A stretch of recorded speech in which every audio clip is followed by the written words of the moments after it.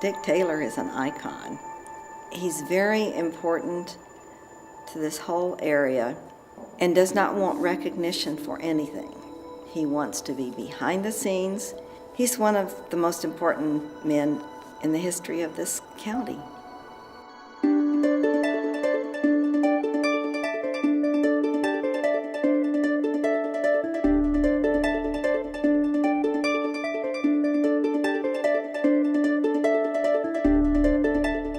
You know, he went to school at Michigan State in forestry. He went out west and was a forest ranger for a year or two.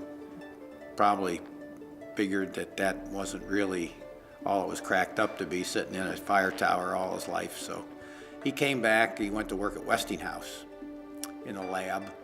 And my grandfather was looking for somebody, and he went to work for him back, and I can't remember the day, right in the 30s maybe.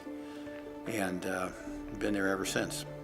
He started how many different companies? Well, there's probably 10, 15 companies that have come out of Taylor Metal. He'll take a chance, not really a chance, he knows, because he's succeeded without a lot of education or background. He's done it by hard work and his brains. And if he finds somebody who's willing to work and has the ability, natural ability to do it, Dick will back him. And that's, I think, what you've seen in the people at Taylor Metal. The people that work for him think he's wonderful. He provides jobs at his plant for people that might not get work elsewhere, and the employees will do almost anything for him. Now, you can get on the wrong side of them if you're not willing to work 8 hours a day. But as long as you're willing to work 8 hours a day, there's nothing wrong. And everybody, he's had people out there work for him for 50 years. Other people probably haven't worked 50 hours. He's right there working with his employees. He's not one to just sit in the office and not know what's going on the floor. And if you look at his hands, you'll see that he's had one of his fingers that's gone, that he lost about half of it in the process of doing things at the shop that other people probably should have been doing. So if you want to say he's hands-on, if you look at his hands, you'll see that that's certainly the case. Boy, at Taylor Metal and Taylor Plating both, it was a one-man show. He did the hiring, the firing, the scheduling, the purchasing, oversaw the payment of all the bills, worked 14, 15 hours a day. Even on Sunday, he went into work. Oh my gosh, he's got a tireless work ethic. He's 95 years old. He'll be 96 in April. And he just really, in the past year or two, started to work 8 hours. They slowed down to 8-hour days, and maybe not every day 8, but you know, some 9s and 10s still. I examined him in 1983, and he had a small hernia. I told him that he would have to have somebody bring him into the hospital. I would do his surgery under local anesthesia. He would have to stay in the hospital. I would check him after surgery, at which time he could go home, and someone would have to drive him. I carried the surgery out under local anesthesia. It went very well. Shortly after that, I received a call from the hospital. And they said, we cannot find Mr. Taylor anywhere, and we're quite concerned about him. And I said, well, I can probably tell you where to find him. I said, I think he probably got back in his car and drove down to work. I said, he never misses a day. And they said, well, he's not allowed to do that. That's against hospital rules, and there's liability.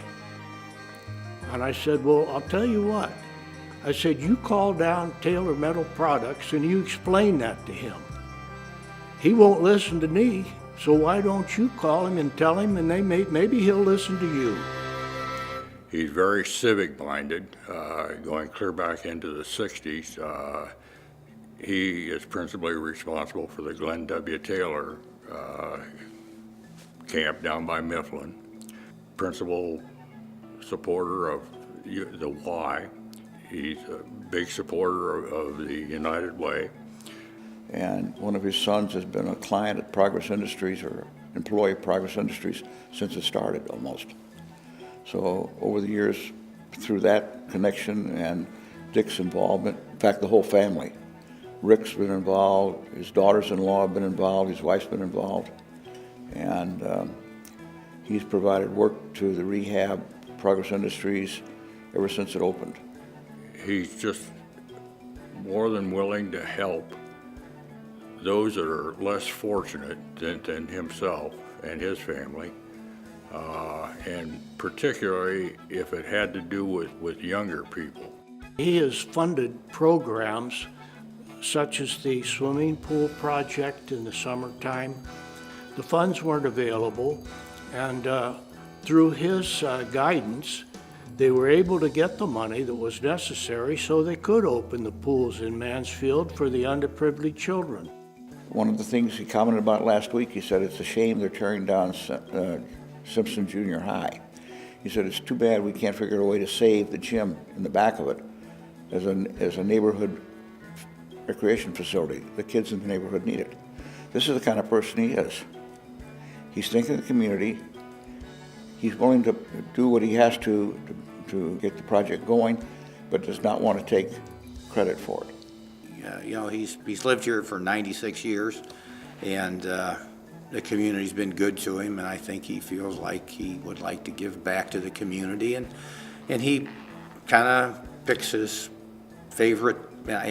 What makes those his favorite, I don't know, but I'm sure everybody in the community benefits from it.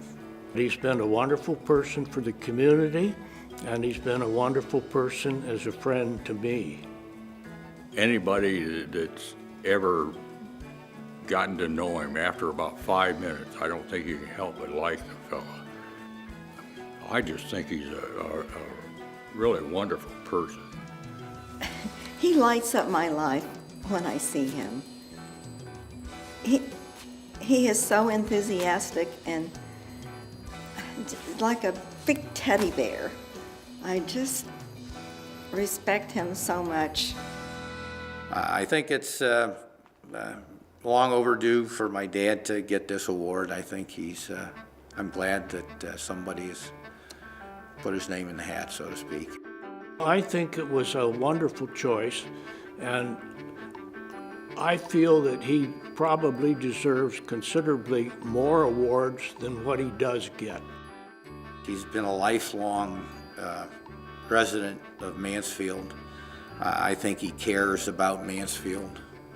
He'd like to see it come back from where it is now, and I think he's a great choice for a representative of this town.